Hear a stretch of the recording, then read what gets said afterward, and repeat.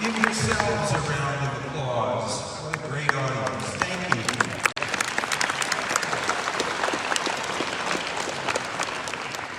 Thanks for joining us at STARMUS 6. We have one more talk this afternoon, and we're going to have an important panel discussion.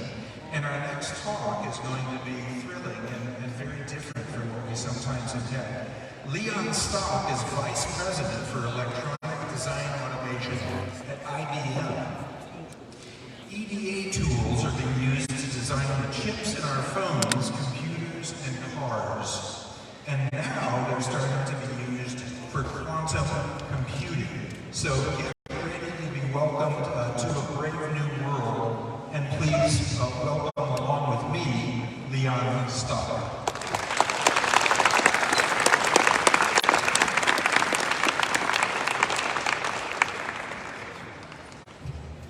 Okay, good evening everyone. This is my first time in Armenia, and I love it. I have been pleased to meet an incredible number of interesting people this week. One of them was actually the president. And let me show you.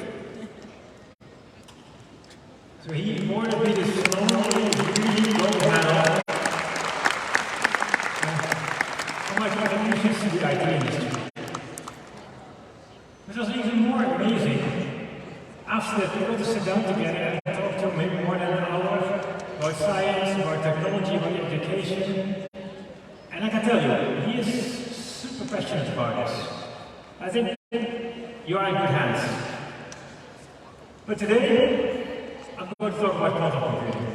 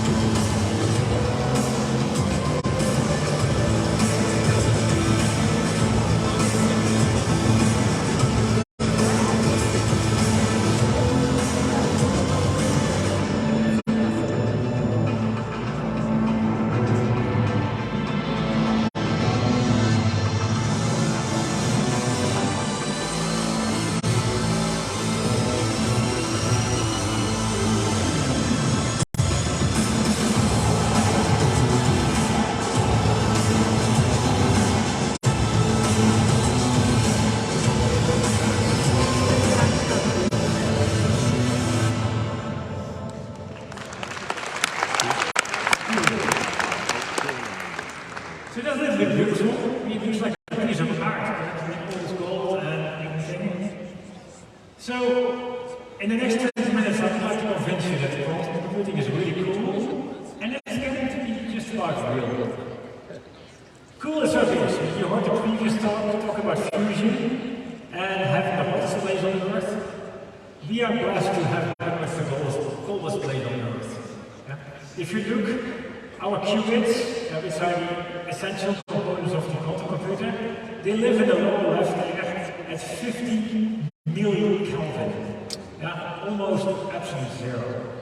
Because these qubits are very finicky, and they don't want to be disturbed by anything. So they just live to be the cold where everything is nice and quiet.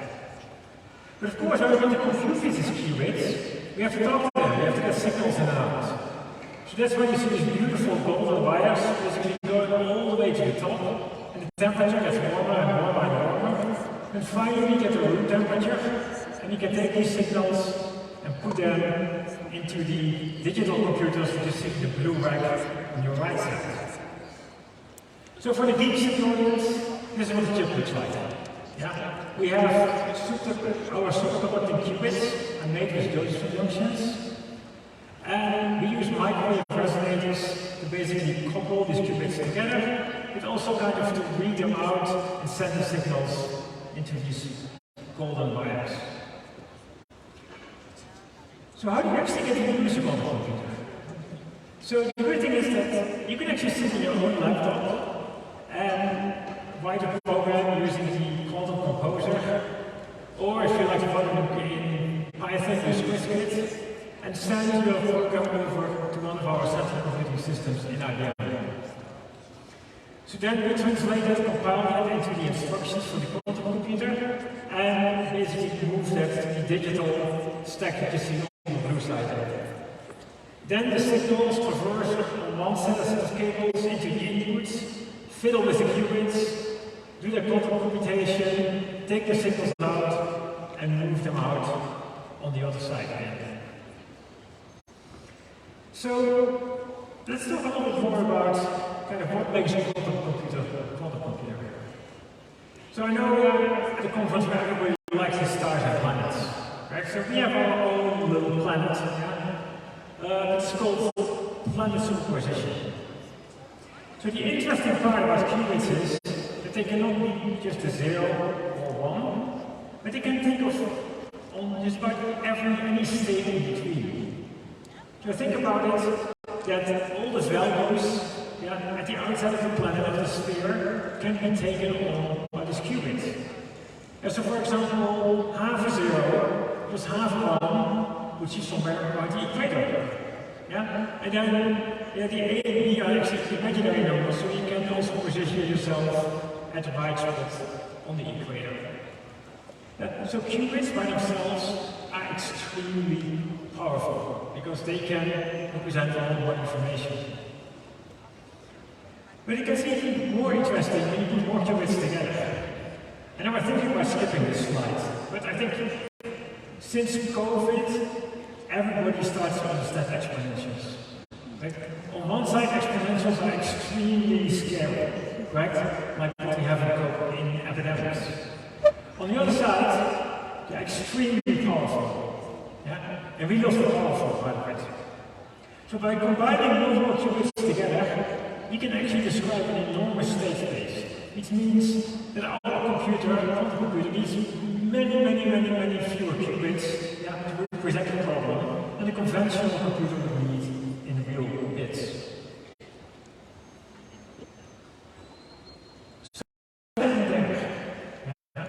Qubits also have a very interesting concept of entanglement, which means that they kind of can talk to each other. So let me try to give you an analogy. Assume I have a coin, and I'm going to spin it here on the podium, let it spin, and eventually it will fall over and be a 0 or a 1. Okay? But while it's spinning, I don't really know if it's going to be a 0 or a 1. But it has a lot of information if it's going to be a 0 or 1, which is a little bit equivalent of the superposition. But now let's take 2 points. Both start to spin now. And these, and they could even be very far apart. But they, when they're entangled, they can actually talk to each other. So qubit 0 says to qubit 1, hey, I think I'm going to be a 0. You too? And qubit 2 says back, no, I feel more like it's going to be a 1. So what do you feel? I feel a 1 too. Okay, bang! And the both fall over, and they both are wrong. And that's a pretty amazing, extremely powerful concept that we use to compute with quantum computers. Particle entanglement. So before I go to the next slide, actually I need your help. So I need a big if you agree with my statement. So somebody earlier in the week told me that just about every household in Armenia has a piano. Is that true? Yes! Okay, that's one more time. Is that true? Yes! Okay, so I guess it's not that every household has about 60% at least. Good. So I hope the following chart makes a little bit of sense. So we've tried to make it relatively easy to program a quantum computer and try to make it like composing music. So when you look on the top of the chart, you see the music lines going from left to right. All the way in the upper left, you see basically the music notes of the quantum computer. These are the operations the quantum computer can actually play. You can move them basically to the music notes, move from left to right, and we have a compiler that actually generates the instructions for the quantum computer that you see fall out on the right. And once your program is complete, you can actually upload it to one of our computers, which are mostly in New York, and then you can actually run your program and start to see your results. And the computer will keep on playing, and the music will keep on playing until your computation stops. Yeah?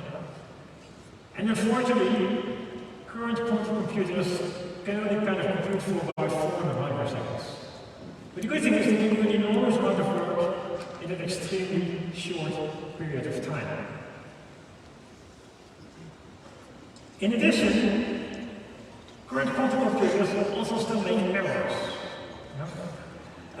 So it's very difficult to figure out kind of how good the quantum computer do you really have. Right? Because you cannot just say, hey, I have a quantum computer with 15 bits, and I have a quantum computer with 32 bits, so mine is better. No, that's not necessarily true. Because if you have bits that are of really bad quality, yeah, you cannot do anything useful with it. So we basically said we need a way to describe this, and so introduced this term quantum volume. So you have to think about kind of the volume of the cube that you see represents the power of your quantum computer. And you see, if you make better qubits, your quantum volume goes up, so your quantum computer gets better. Or if you get more of them, it helps too. But it needs to kind of go in combination, yeah? Because either one is not going to get you. So therefore, we spent a lot of time on IBM to make really good qubits, and also to make more and more and more qubits. So, when we introduced this term quantum volume, we looked at kind of the last 3 years, starting in 2017, and we were able to reach quantum volume 4, 8, 16, 17, 18, and 19. And then we started to look at this. Yeah? So hey, this very much looks like Moore's law. Correct? The law that has driven semiconductors for the last 30 years. It's basically the law that I have been living, and the progress and inventions that we made there, it's actually going to be this model here, this metal here. And then we said, hey, can we set our goals to maybe try to mimic Moore's law in quantum computing? Yeah? And can we try to, instead of doubling every 2 years, try to double quantum volume every year? So for now, we have been pretty successful. Of course, the road is not always completely straight. Yeah? But with our latest, actually only 27-bit quantum computer, but with qubits of incredibly high quality, we were able to get to a quantum volume of 512 and start to do some really interesting computations. So what's the road ahead? We have been working on it for a long time, but in the last 5 years, quantum computing has taken off like a rocket. So we said, can we try to plan kind of at least the next 5 years ahead? So we went from our 27 to 65 to our 127 chips, and we hope to put this year our 433 qubits chip out. And we believe we can continue to scale this technology to at least 1,000 qubits on a single chip. In addition, we're also working to connect quantum chips actually in parallel. So we have to have here, which puts the chip in parallel, and we have the crosswell, which is another method of communication. And with that, we hope to be able to build a bigger system and bring it all back together. So if we look at the Heron chip, we are experimenting taking 3 quantum chips and actually connecting them together. Unfortunately, the communication that we have here is classical communication. So we have to go back from the qubits world to the bits world, do some magic and some simulation there, go to the next bit, and go back to the qubits world. However, it will allow us to scale systems up significantly, and it does not require us to go back all the way out of the refrigerator over to the big computer rack to get to set of bits. Yeah, we can actually use them within the refrigerator, and at least get 3 or more chips to talk to each other. We also have some more ambitious plans. We said, you know what, if we could actually get these chips to continue to speak qubits, quantum language, to each other, can we have quantum communication between 2 chips? And we hope that we can pull this off in the next few years as well. Probably the communication between 2 chips and the entanglement of qubits from one chip to the other will not be as great as the entanglement we can do within the chip. And we have to compensate for that the compilers and the optimizers. But if we can pull this off, we can certainly start to build significantly larger systems. Because the good thing is, we can put the two even together. Right? We can do quantum communication, real communication, and keep on scaling and putting more of the 1,000 chips together. And we believe that there is a path to get to the 5 to 10,000 qubit chips in the not too distant future. So that's the hardware side of the story. The other part is really the software and what we need to do there. So IBM has basically put out the Qiskit software environment in the public domain. So this is a Qiskit t-shirt. The good news is, at least I've read already somebody earlier here in the conference hall who recognized the t-shirt. So remember, Qiskit.org, right? That's where you can find all your quantum information. So this is an open environment written in Python to which everybody can contribute. We work on compilers for our hardware, other people who have different quantum computers are working on compilers for their hardware, and you can contribute to actually making compilers better and try them out. Yeah, so we get a real good community swell in making really good software. In addition, we have a lot of people that start to think higher level of algorithms, start to write optimization algorithms that are being put on top of the basic Qiskit layer. And we are already having some partners and clients start to really think about larger models that can be deployed in certain industries. We start to see a good amount of uptake in various industries. For example, lithium car batteries, lithium batteries, an enormous amount of quantum chemistry modeling that needs to take place there. And quantum chemistry seems to have some really good models there. On the other side, machine learning, right? It is amazing what we currently can do with machine learning and artificial intelligence. But training one of these ridiculously large billion parameter models takes about half Google's data center for a week and uses an enormous amount of power. Right? So we hope that bringing basically quantum computer as an accelerator for a particular part of the computation into the mix can really significantly advance also all types of machine learning. We currently can solve many problems in this little wide circle very adequately with our current set of computers. However, there is a much bigger universe out there of problems that we cannot solve very adequately. And of that universe, there's an interesting slice, which is the dark blue circle here, where we believe that quantum computers can start to make a significant contribution in not too long time. And on the right side, you see some examples of the algorithms that we believe that we can contribute to. So, in the 5 years that we started to put our quantum computers out for the public to use, it has been phenomenal to see. We have about 60 computers running simultaneously most of the time. We have seen almost 500,000 users that run up to 3 billion experiments per day. Lots of research institutions have started to run algorithms on our computers and have published 1,500 papers to date. We have lots of partners, and we have a lot of schools that actually start to first go to the Qiskit YouTube channel. A lot of cool videos. If you would like to do some programming, go to the Qiskit.org. And if you want to play with one of our quantum computers, just go to the IBM webpage, Quantum Computing. With that, thank you very much for your attention and have a great